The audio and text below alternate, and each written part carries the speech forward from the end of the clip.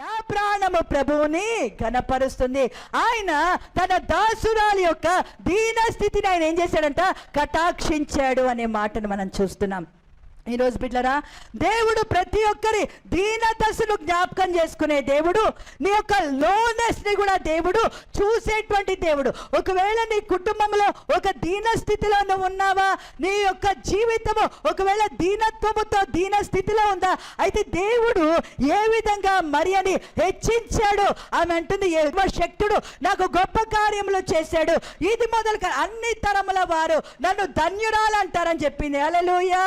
ఈరోజు బిడ్డలారా, మనకి కూడా దేవుడు ఒక ఉన్నతమైన ధన్యత దేవుడు మనకు అనుగ్రహించాడు. ఏం తెలుసా, ఆ రోజు పరిశుద్ధాత్మ ద్వారా మరియా యేసుని గర్భము ధరిస్తే ఈరోజు మన జీవితంలో యేసు క్రీస్తుని ప్రకటించే భాగ్యమును, అనేకులను క్రీస్తు కొరకు సంపాదించేటువంటి భాగ్యము, యేసే దేవుడు అని ప్రకటించే ఆత్మను దేవుడు మనకిచ్చాడు. స్తోత్రం చెప్పండి గట్టిగా, హల్లెలూయా.